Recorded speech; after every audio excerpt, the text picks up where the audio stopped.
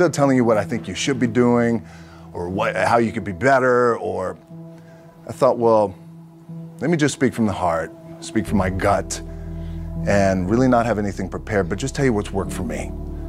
And maybe some of the stuff that's worked for me might work for you now, currently, presently, as you guys have your goals and ambitions, but then further on down the line, as you guys continue to live your life. This idea and this notion that you could be anything you want, you can accomplish anything you want, right? We hear that. You've heard that from the time you were little boys. You hear that now. You're already incredibly accomplished. You guys know that. The thing that has worked for me is to remember the hard times. So, and I'm sure you guys all have your processes. And again, I'm going to tell you what's worked for me. So before a big movie comes out, before, back in the days when I was wrestling with WWE, a WrestleMania match, anything big that would happen, I would always take a moment and I'd just remind myself, all right, I was evicted when I was 14. We were kicked off the island. We couldn't live in Hawaii. Had no place to live.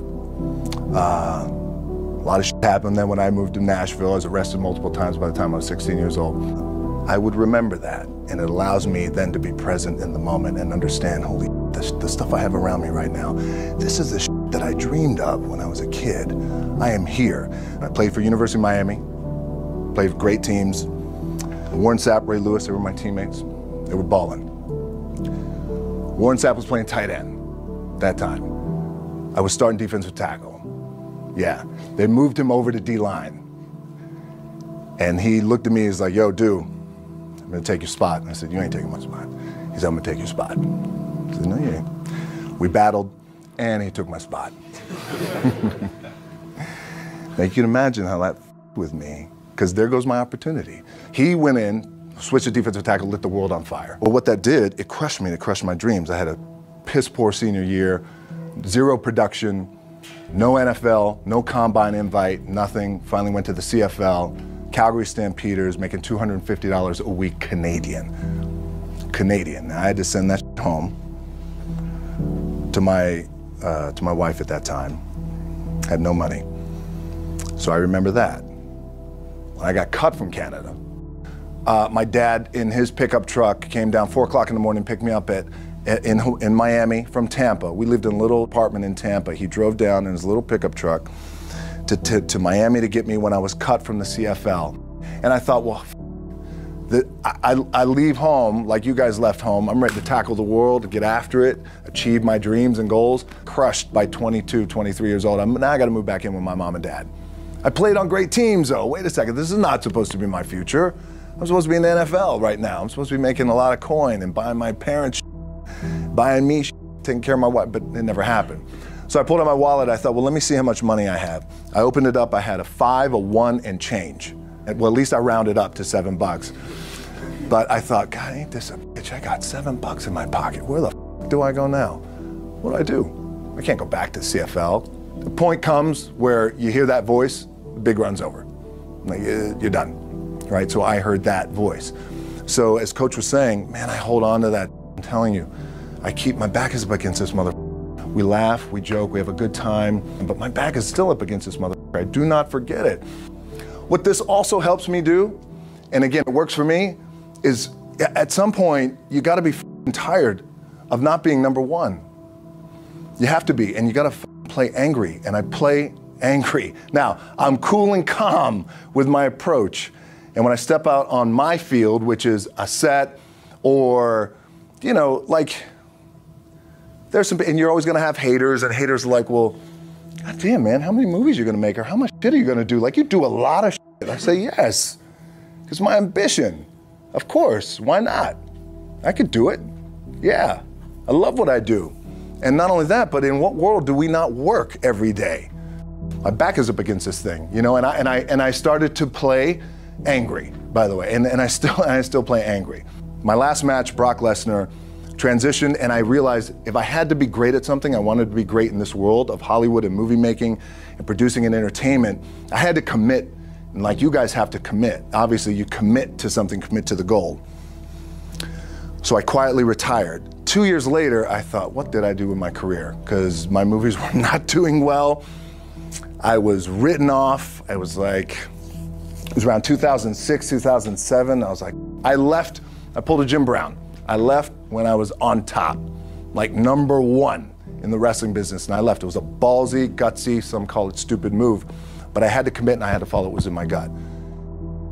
What helps me is to keep the hard times in the front of my mind, because it allows me to go into these big moments that I've worked my ass off, and you guys have worked your ass off. It allows me to go into these big moments with a different perspective. What it also does for me, and again, this is what works for me. Like, my back is up against this mother. Every day, it's against this wall. But it's up against this mother, because it's what I believe in. And when my back is against this mother, then there's nowhere to go. But that way. That's it. Doesn't mean you don't smile. Doesn't mean you don't laugh and joke, right? You're happy. I'm a happy guy. But when it comes to business and when it comes to executing, it's up against this. And I got to go that way. And I don't give a fuck who is in front of me. They're not going to stop me. The key for me was, where does it start? What's the anchor? What's the anchor? So I could have all these ambitions, and you guys have all these ambitions, which is great. It's important. I'll play this role, you'll play that role. I'll execute this thing, and it'll come out this summer. You guys will execute this thing during the summer, right, when it's time to really put in a lot more work. But the key with me is just always finding what the anchor is. And the anchor is getting up at 4 o'clock in the morning every day before anybody else and grounding my thought process is in the no one will outwork me. No one. I love and I respect you guys. Motherfucker won't outwork me. All starts with this. 2 hands, putting it to work. My last match in WWE, I'll share this with you guys too, is that, again, because there's a little bit of takeaway here from all this, is I wrestled John Cena, and I went in, I think it was 2013, I went in WWE champion, and we went in MetLife Stadium. We had a record-breaking attendance, which was amazing that night. We accomplished our goal. So I wrestled with John Cena. We had 45 minutes planned for the match. It's nonstop go, right? So your conditioning is tested. And at that time, I wasn't full-time in WWE. I was just doing these spot matches where I was still shooting G.I. Joe, I think, or Pain and Gain at that time. No, it was Fast and Furious 6 in London. Had to travel in the ring, get all my ring work in, travel back to shoot Fast and Furious, then back, WWE Raw, doing those shows. The big build-up to WrestleMania against John. We get to MetLife Stadium. It's a big night. This is it. It's game night, right? It's championship night for me. 45-minute match planned out. There's no cut. There's no, all right, well, let's pick it back up tomorrow. You know, it's go time. It's just like you guys in a game. I'm getting scared because I'm thinking, man, well, what happens if I pinch something or something like, you know, I don't know, your mind starts fucking with you in the moment. There's 85,000 people, your adrenaline's rushing. Thinking, man, what happens if I'm gonna lose my leg or some shit like this, if I've just done something to my artery? Final move of the match is his big finishing move. And I remember I'm getting up and I'm turning like this because I have to fall into him. He's gonna hit me with his big finisher. I remember turning into John and he says, and I remember thinking to myself, God, please don't let this be too bad. Just take care of me. Take care of me. Bang! Comes in the back, I get to the back, I can't move. Now I'm getting a little nervous.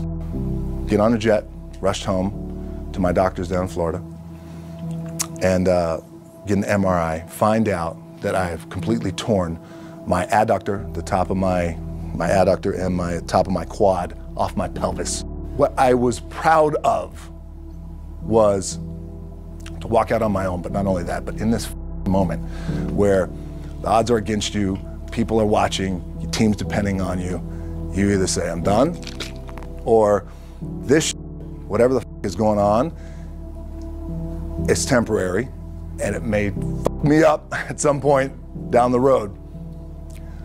But I'm not gonna let this opportunity go by without giving it my all. as you guys know, there's nothing you can't accomplish. You're gonna go on, you're gonna become world champions. The key for me, what I think one of the keys is, remember where you came from, keep that in the front of your mind, and when shit goes bad and it goes sideways, a lot of shit does, you're getting booed out of the building, or you're coming through this injury, or people are writing you off, oh, you guys ain't make it, you know, any of that, you gotta keep it in here. And it really has to, it should drive you, it should. It works for me, it should drive you. You got all the talent in the world, it's all here. Really, the two things I want to say are, you gotta be the hardest workers in the room, and don't f the opportunity up.